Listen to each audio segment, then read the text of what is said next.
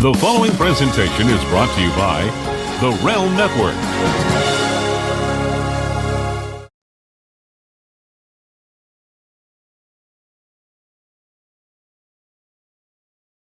Today on Mr. Media, I'll talk to television and film scriptwriter and producer Drew Chapman, whose credits include the miniseries The Assets and the indie film Standoff. He's just published his first novel, The Ascendant, and it's a wild ride that gets crazier with every chapter. Stick around, but don't trust anyone.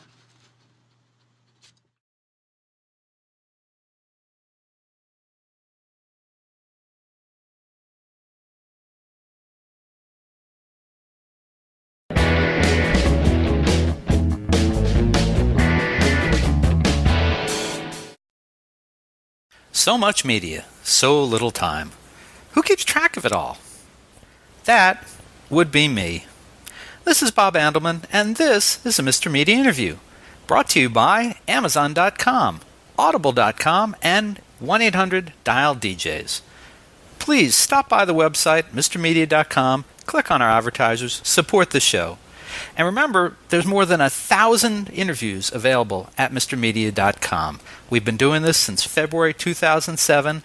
Hope you'll find something you like. And thanks for listening.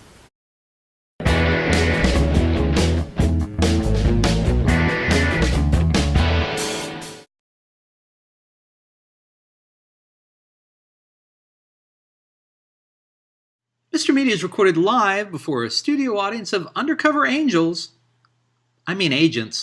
who want to win your confidence with their bodies and rule your mind with unethical life choices in the new media capital of the world, St. Petersburg, Florida.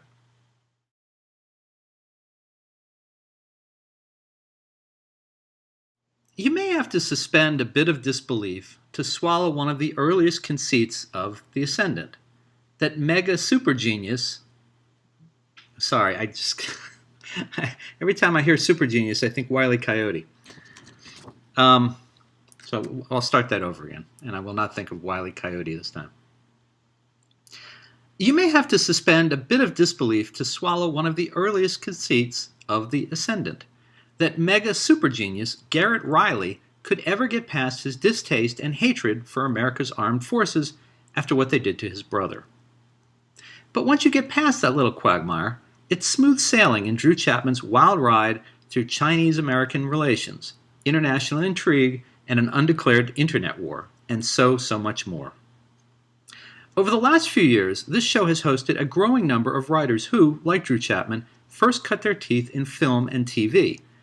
These guys, including Terry Hayes, who wrote I Am Pilgrim, Nick Antosca, of The Girlfriend Game, and Daniel Pyne, who wrote A Hole in the Ground Owned by a Liar, have all hit the ground with terrific first novels that leave the reader begging for more. Now, the cinematic quality of these books comes across loud and clear, and it's obvious that the author's backgrounds in writing first for the eye and the ear, brings great benefits to those of us who still like to read word by word, line by line.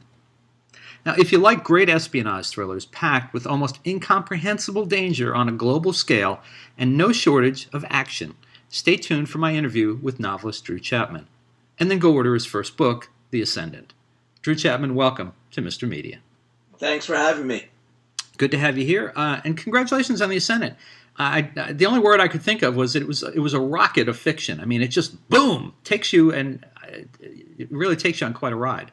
Well, that's how I meant it to be. I wanted it to be one of those books where you just, first page, you're like hooked, and then you just keep going, turn, till you get into the end. I love those kind of thrillers. I mean, not every kind of book, but a thriller like that always just has me. I agree. I'm the same way. And I like the chapters are fairly short, so, I mean, you just keep booming through it, and you're looking for an opportunity. Okay, I need to put it down for a little while. I have to go down with my life, and I'll come back to it. But really, you just want to keep reading, and the twists are really good, too. Well, that's what a reader wrote to me. She said, the problem with those short chapters is you just think, well, it's late at night and I can just read one more, just one more. And you read one more and one more and one more. So that's exactly what it is. So how does a guy like yourself move from the screen to the page in this manner? Is it difficult? Is it, and why, well, I guess? There's a story behind it. Actually, I was under contract to write a pilot for a network, for a broadcast network, an unnamed, we'll say, unnamed broadcast network. And they sort of hire you for like a year. And it's what we call a blind script deal, in which they just want to work with you and you come to them with ideas. And I knew that I couldn't sell them anything for 6 or 7 months. And so I started to think, what I do is I go through and I start to think about what I'm going to try to come up with for their, for a show for them. And the idea for The Ascendant had been kicking around in my head for quite a while. And I didn't know exactly how I wanted to approach it. And then I sort of started thinking about it as a television show. Then I thought, this is too sort of quirky, subversive, too political. The main character's too much of, a jerk, let's just say kindly. I was thinking of calling him a dick, but let's go with the jerk. Okay, well, if, dick is fine.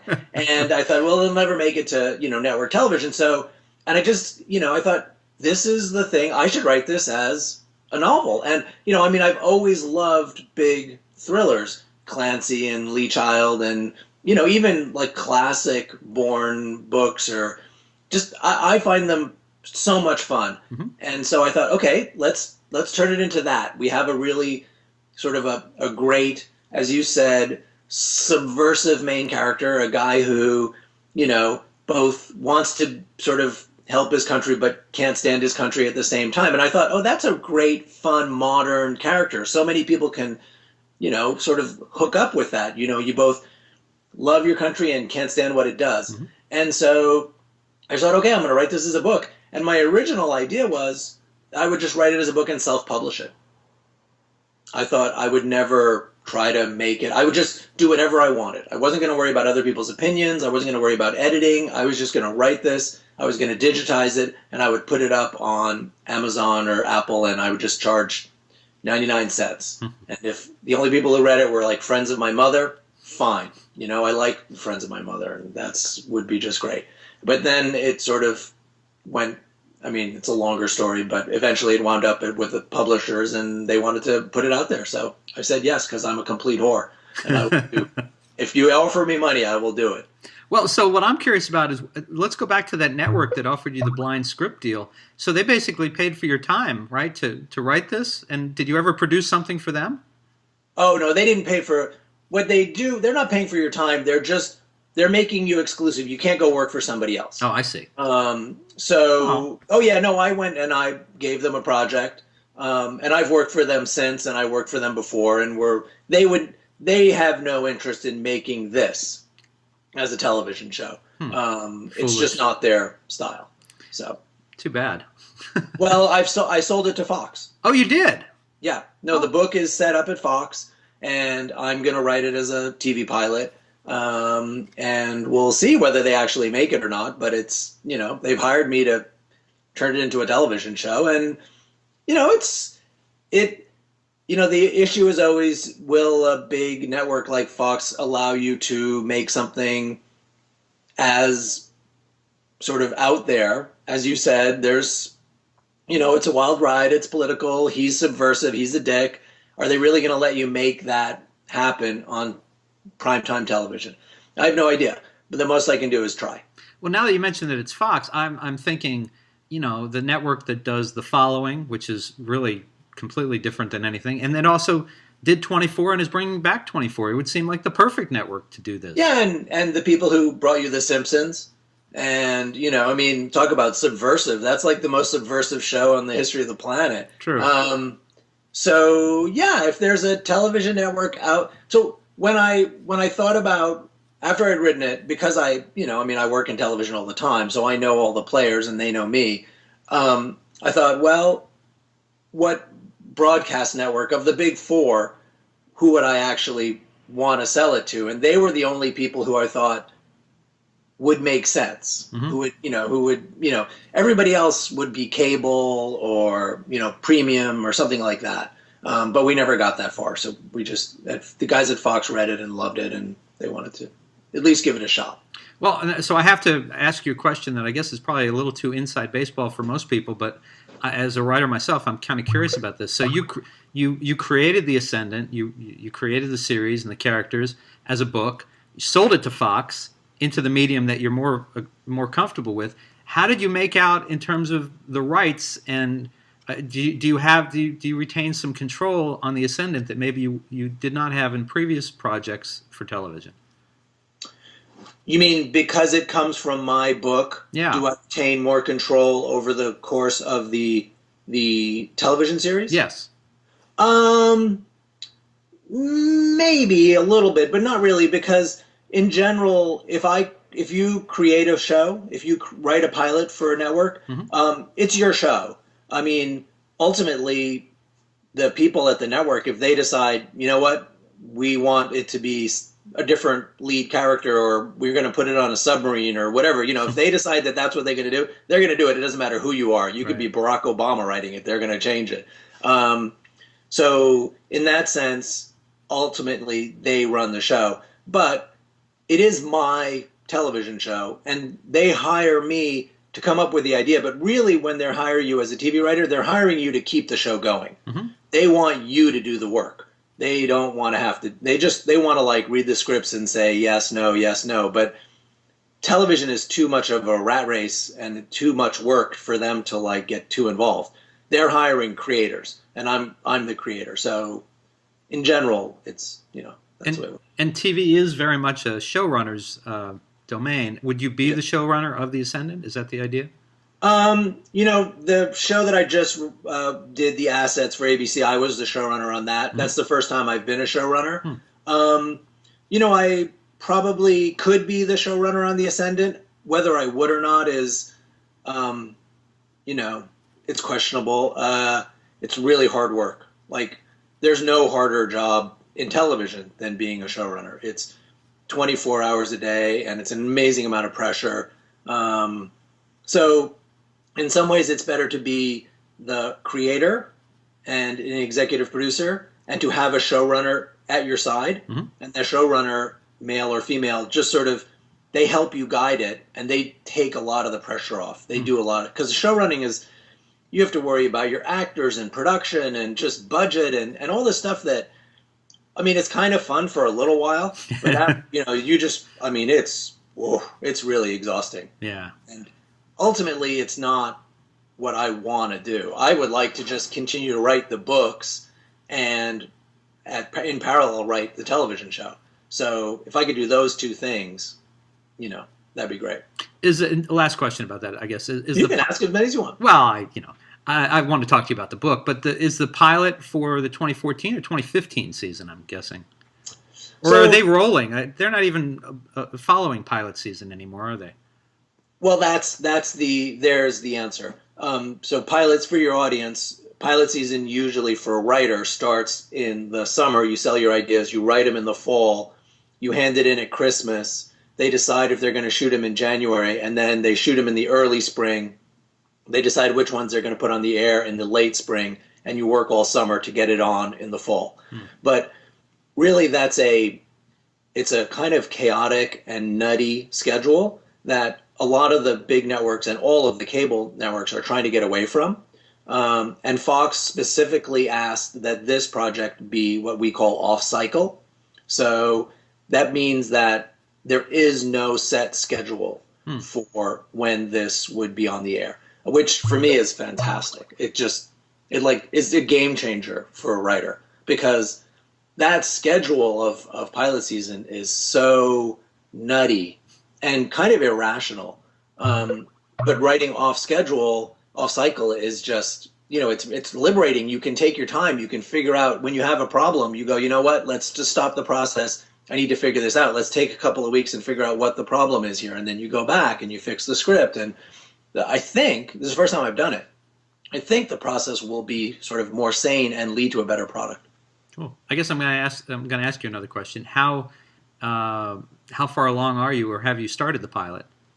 I am. I'm in there's steps. So there's like what we call an arena document, which is like 3 or 4 pages of giving the broad generalization of what the show is going to be. Then there's an outline where you outline what the pilot's going to be, and that's like anywhere from 8 to 15 pages. And then once you're past that step, you start writing the pilot. And so I am about to hand in an outline. Oh, okay. So I'm in the middle step. Cool. And will the TV series, the pilot, will it follow the first book, or will it start out with a different adventure, so to speak? So it starts. The idea is that it's not going to be a 22 episode season. We're hoping it'll be more of a 10 to 13 episode, which again is much saner. And that the first season would follow the book generally. And that then the paths would kind of diverge from there. So the books could be their one thing, and then the series could be another. A little bit like that show also on Fox, Bones, which is from a book, a series of mysteries.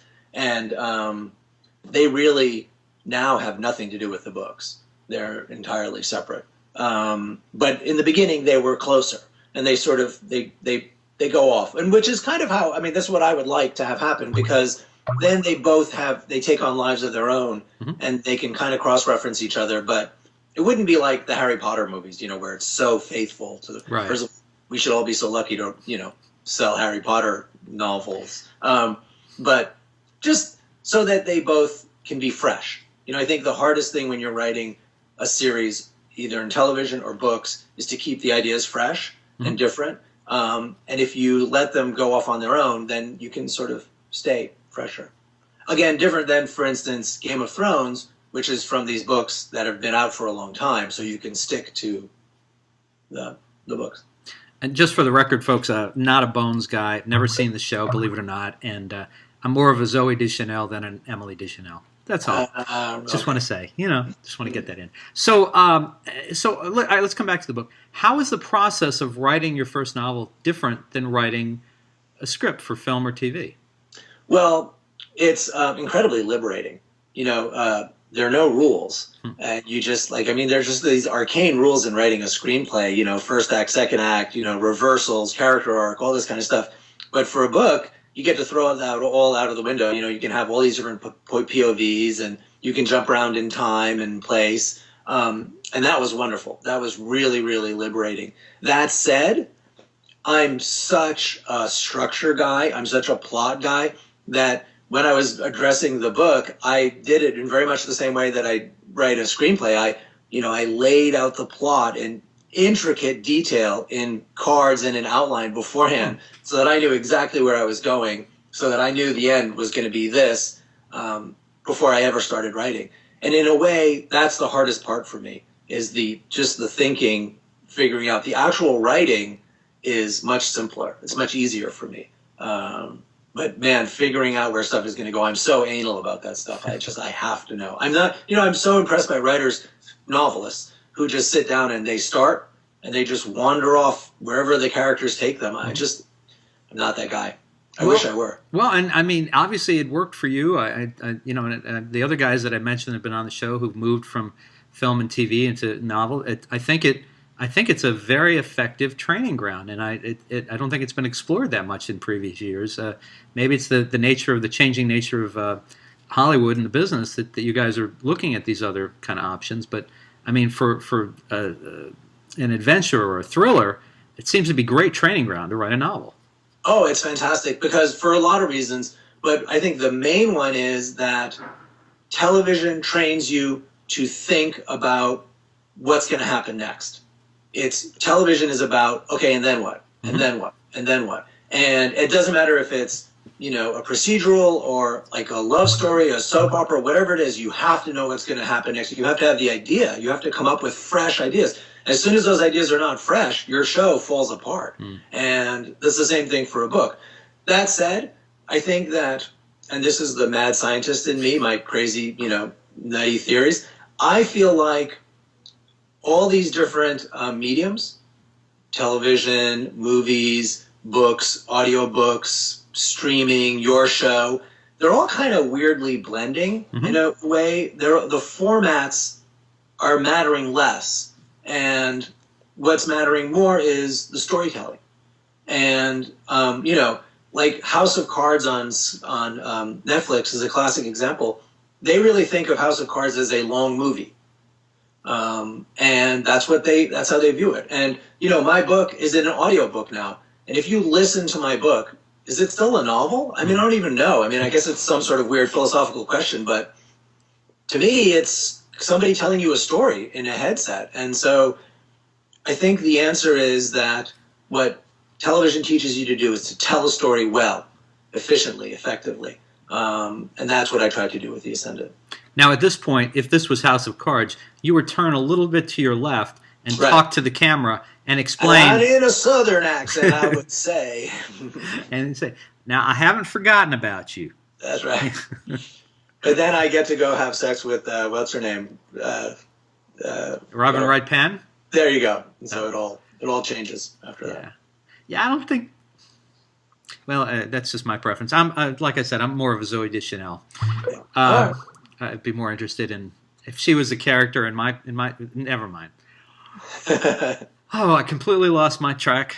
Well. Now, what I wondered about though is that did you because and maybe this is different in your experience. TV and film tends to be a very collaborative medium where you go in knowing that you're going to be rewritten or you're going to be rewriting with people or something. Did you keep having this feeling that you needed to look over your shoulder on writing the novel and, okay, when's the guy going to come in here and tell me how he's going to rewrite this for me? Well, it was interesting. In a way, yes, because you do rely on that. I mean, I so rely on giving my work to people and saying, what do you think? Where could it be made better? I'm a big believer in rewriting. So when, even in the book, after the first draft, I looked at it and I was like, okay, this is a piece of crap. Now I need to really make it a book, And that's what I do. I turn out crap and then I go through and I fix it and it gets better and better and better. And I don't pretend to write a perfect first draft. It's not even close. Mm-hmm. So I was always thinking about that. What was wonderful in terms of the book was when we sold it to Simon & Schuster, I have this wonderful editor who came in not to make the book conform to other books that Simon & Schuster puts out, but to make the book better in and of itself, as its own entity. So, like, if you're handing in a script to wherever, HBO, Showtime, they're trying to make that script make sense to their audience in their world. But that's not what my editor did. She just wanted it to be the best book in and of itself, and that was fantastic. So her editing, made it much, much better. Cool. It was wonderful. So let's go even further back now. Before the book, how did you learn to write screenplays? I mean, where did that? Did you get specific training for that? And then when you decided to start on a novel, I wondered if there was any particular training or anything that you put yourself, boot camp or anything you put yourself through for that.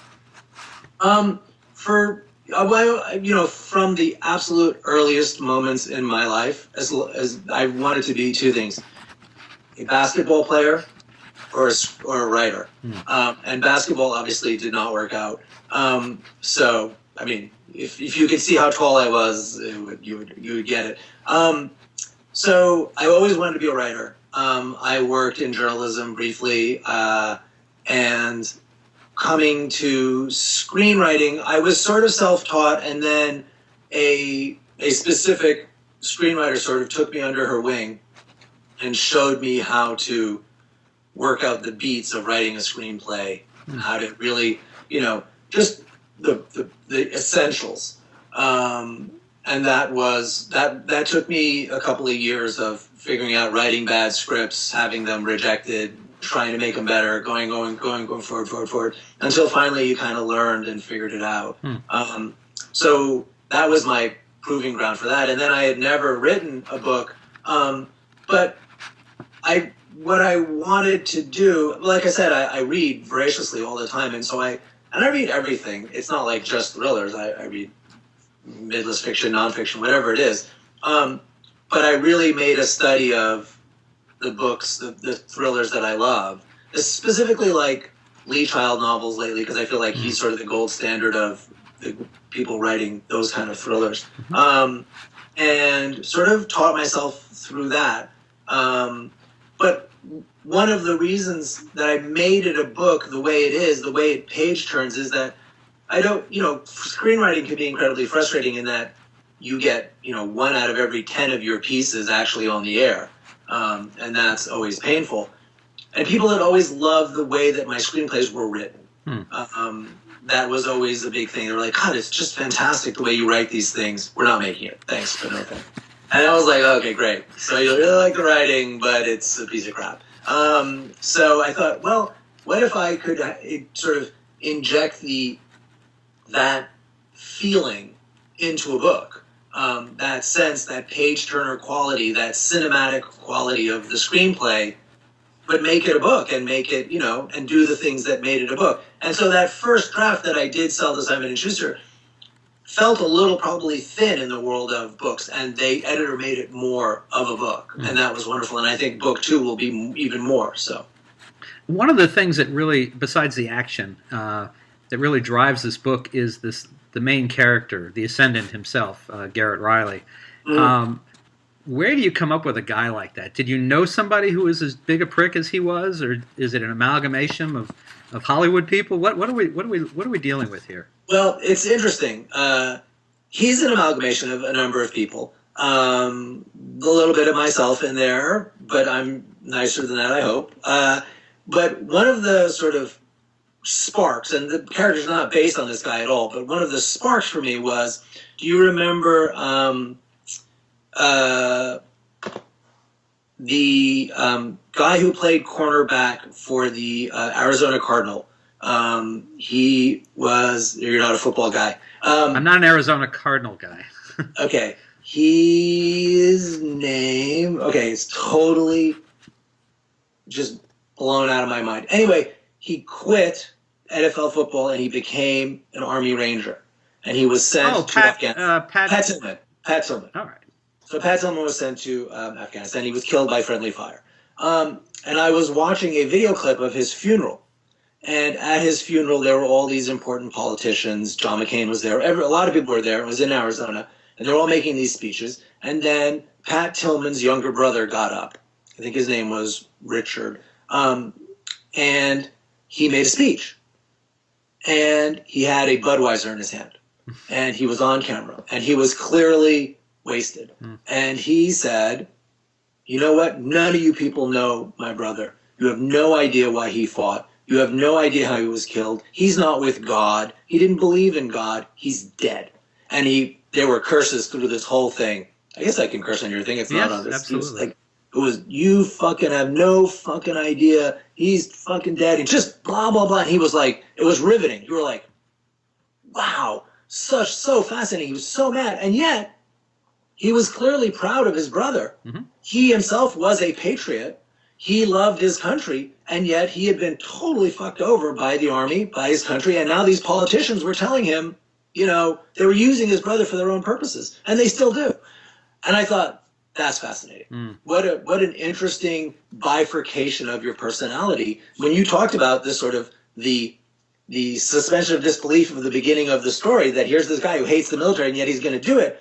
To me, that's not suspension of disbelief. That is the dichotomy that so many people feel. People who are in the military, when you talk to people in the military, they're like, love my country. Man, do I hate the Marines. Yeah. And it's like, it's a tough business. They're putting you out there to get shot, and you have to buy into it. And if you don't, the moment you stop buying into it, you are screwed. And so I just thought, that is so fascinating. What a great mix. And then in terms of the numbers and bond trading, that's just my own obsession. So he's, I am fascinated by Wall Street, by economics, by the flow of money through our economy. I spend days sitting on bond trading desks with people, just doing research, listening to how they talk, watching how they do everything. That's my bugaboo of I really wanted to write a thriller that wasn't just about people shooting each other. That was about numbers. Putting this in context of the Tillman case, I would agree then it's not a suspension of disbelief at all. But the reason I said that at the top was that as I was reading maybe the first 50 pages of the book, I was thinking you've worked really hard to build up the case that the Army is a bunch of assholes, that Garrett Riley's brother, whatever happened to him was wrong, and something stinks there, and then for him to, the way he finally comes around to doing work for the military. and I hesitate. I don't want to give anything away here as to where that goes, but that was why I said you need to suspend disbelief a little bit, only because you would work so hard to make it seem incredibly unlikely that he would ever do that. Right. So right. Right. I thought that was interesting. How did you? You just mentioned that you did research on bond trading and that kind of thing.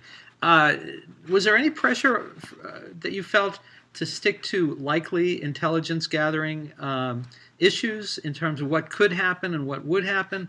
Or did you just go, again, there were no rules. You could just create the scenario. Intelligence gathering, you mean... what was possible, what was not possible in terms of... Oh, I always tried to stay within the realm of what was possible. I talked to a lot of people who do... Because I'm in Seattle, I have these sort of tech connections all over the place. In fact, that was one of the ideas for the original idea for the book, especially with China, because I knew all these Microsoft people who kept getting sent over to China and coming back with tales of like, oh my God, you would not believe how they hack into anything that we bring over there, and it's like a war. They won't let you bring your own computer from Seattle to Beijing. They hand you a sterile computer and they go, take this, because if you take your own, everything on it will be corrupted or stolen. So, and they do, and that's how they work it. And I thought, wow, that's like amazing. It's like war. It is literally war. They say the minute you walk into a hotel, you log on, boom, they're in. And so in terms of that kind of intelligence gathering, I've tried to make it as realistic as possible. Talk to guys who are encryption experts and how do you send messages that nobody can get and how do you break them. And, this was all written, the original drafts were all before the whole NSA thing and Edward Snowden. Mm-hmm. So when that broke, I was like, oh, well, that's a whole nother layer to add on. Have you, as we're talking, we're in, I guess, week 2 of this, the Ukraine crisis, where Russia has pitted itself against the rest of the West. And it was interesting to me to be reading your book and finishing your book simultaneously with that going on, because I kept thinking, okay, where is the Ascendant in all this? Because it seemed, if you substitute Russia for China, you almost got the sense that they were because they were trumping something up because they're hiding something else. Or at least now that I've read the Ascendant, I'm very suspicious of stuff. You mean that the Russians are? Yeah. Oh yeah. Well, so that's, to me, that is so fascinating. I'm just such a global politics junkie, and I feel like it's never what they tell you. And I don't want to sound completely like Area 51 paranoid. I'm not. I think that they have to tell you something slightly different because they need lots of different narratives of why, and they being any country, mm-hmm. ours included. You need a narrative of what you're doing that makes sense. You need a narrative that's emotional. You need a narrative that gets you what you want. And the Russians, oh my God, I mean, they'll just say anything. I mean, it's really astonishing. So I spent the fall in Eastern Europe this past fall shooting the assets, all these AS projects. So we were in Lithuania, which is right up against the border of Belarus, which is essentially Russia. Mm-hmm. And man, the level of hatred, paranoia, bitterness, just how the Lithuanians feel about the Russians and the Russians about the Lithuanians, and oh my God. I mean, it is just a cesspool. And that is actually where I'm going in book 2. Oh, great. I was there. I did all this research. I was in Eastern Europe. It's like, you might as well use it. It's totally fascinating. Wow. Well, so before we went live, which took a while, we had a lot of time to talk, you mentioned, as I had hoped, that there will be a sequel to The Ascendant. Do you have a schedule for that at this point? Do we know when that will happen? Well, I'm writing it. Simon & Schuster would like to have it out in January of 2015. Remains to be seen.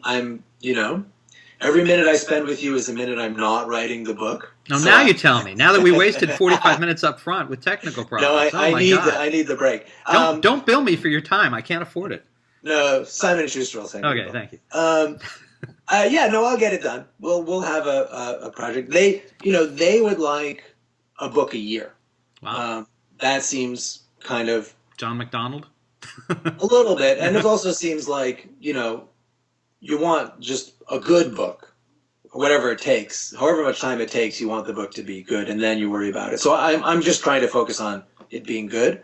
But it is obvious to me that these sort of bestsellers are not made with one book. You obviously have to, you know, you need a whole shelf of Drew Chapman books. So people pick up number 4 and then they go back and read 1 and 2 and like that. And so it is, oddly, I thought it was going to be totally different than television, but in fact, it's very similar to television. Well, when you do a series, yeah, I could see that. A series of books, a series of television shows. Sure. Yeah. All right. Well, folks, listen. You can tell I really like the book. I definitely encourage you to buy it. And you can find Drew Chapman's first book, The Ascendant, in great bookstores everywhere. Or you can you can order it. I mean, you can have it right now at MrMedia.com, mrmedia.com. If you're watching this on MrMedia.com, below the video, right over there somewhere, maybe where Drew's thumbs are crossed. Yeah, that's it. No, Right don't point down with your thumb. That means you don't like it. That's better. And no, you don't want to point there either. I think that's probably not a good idea. So anyway, somewhere down there is the cover of the book. You can click on it right now. It'll take you to Amazon. You can have the book. You can have the book immediately via ebook, or you can have it shipped to you within a day or so. So do that. Have the book. Are you, Drew? Are you available? Do you have a website for yourself or for the book? Are you Twitter, Facebook, any of that kind of stuff? Sure. The website is drewchapmanauthor.com, and Twitter is Drew Chapman. It's at Andrew D. Chapman. And I'm better at Twitter lately than I am blogging because I just am a little worn down by writing. But usually I'm blogging about China and the internet and spying, and I'm like the go-to spy guy lately because of the Ascendant and Assets, and I'm just fascinated by it. So, and remember, folks, DrewChapmanAuthor.com, not DrewChapmanSanitationWorker.com. That'll take you somewhere else. That's just a bunch of trash. Drew, thank you so much for your patience in being here with us today. Really enjoyed the book. Looking forward to the sequel. Hope you'll come back and talk to us about that when it happens. And thanks for joining us on Mr. Media today. I will come back anytime, and I will wait as long as it takes. And thank you for having me. Thank you very much.